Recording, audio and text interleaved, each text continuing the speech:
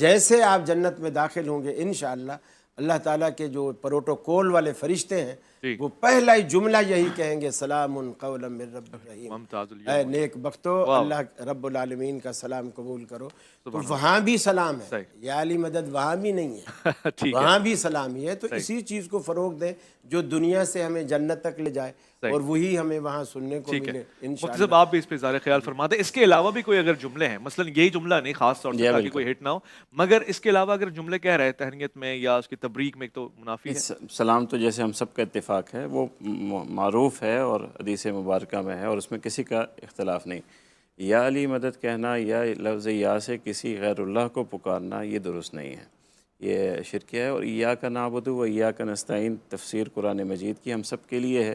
ہمیں اس کی طرف رجوع کرنا چاہیے کہ جہاں صاف الفاظ میں کہا گیا ہے کہ مدد صرف اللہ سے، پکارنا صرف اللہ کو چاہیے۔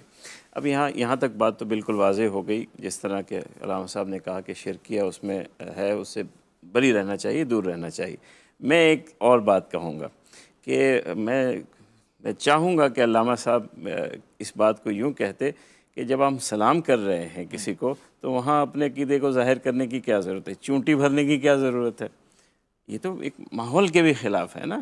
کہ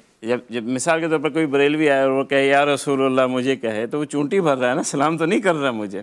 تو یہ ہمیں اپنے معاشرے تو ظاہر سی بات ہے ایک دوسرے کے آپ اس کو ایک طرح سے ایک چونٹی اس کو یہی کہیں گے اور کیا ہے کہ سلام آپ نہیں کر رہے۔ تو ہمیں معاشرے میں یہ تلقین کرنی چاہیے، اس میں اپنے مسالک سے اگر محبت کے اظہار کر رہے ہیں تو اختلاف کی بات کو وہاں نہیں لانا چاہیے۔ شہر علم عالم و اسرار خشک و تر، تو بادشاہ دی تو سلطان پہرو بر۔ میں آپ کی اجازت سے نعت پہ چلے جاؤں کہ موضوع کہیں اور نہ چلا جائے۔ غلط ہو گیا یہ کہ ہمیں تو جواب کی اجازت ہی نہیں ملی، وہ تو پھر آپ سے ہی ہم نے شروع کیا تھا،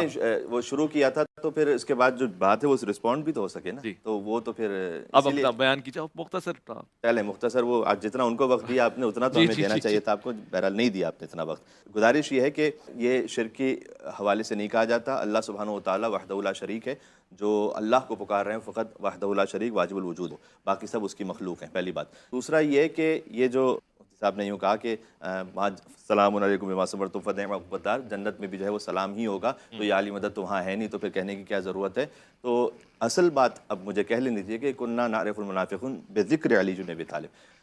صحابہ کرام یہ کہتے تھے کہ ہم ذکر علی بن ابی طالب سے منافق کو پہچان لیتے تھے۔ تو جب تکلیف ہوتی ہے کسی کو تو اس کا مطلب یہ ہے کہ اس سے نفاق ظاہر ہو جاتا ہے، بلکہ اولاد کی تربیت کے حوالہ میں اولاد کی تربیت، حضرت جابر بن انصاری کا آپ نے واقعہ سنا ہے، آپ نے شخصیت کا پوچھا تھا نا، ان کا بھی وہ مدینہ کی گلیوں میں صدا دیتے تھے کہ ادبوا اولادکم بحب علی بن ابی طالب، کہ علی بن ابی طالب کی محبت سے اپنے بچوں کی تربیت کرو۔ تو یہ ایک پہچان کا طریقہ ہے منافقت کا یا ایمان کا، بس اتنی سی بات ہے۔ علی قسیم الجنت والنار، جنت جہنم وہ تقسیم فرمائیں گے۔ یہ مامون رشید کا بھی واقعہ ہے، اس کے آپ کل کہیں گے تو میں اہل سنت حوالوں سے سینکڑوں ریفرنسز آپ کو سنا دوں گا کہ کیا کیا ریفرنسز ہیں، تو جانا آپ کو وہیں پہ اس محبت کی وجہ سے۔ حق ہے علی، حق ہے علی، حق ہے علی، علی علی، حق ہے علی، حق ہے علی، حق ہے علی، علی جدھر حق ہے ادھر مولا، جدھر حق ہے ادھر مولا، جدھر مولا ادھر حق۔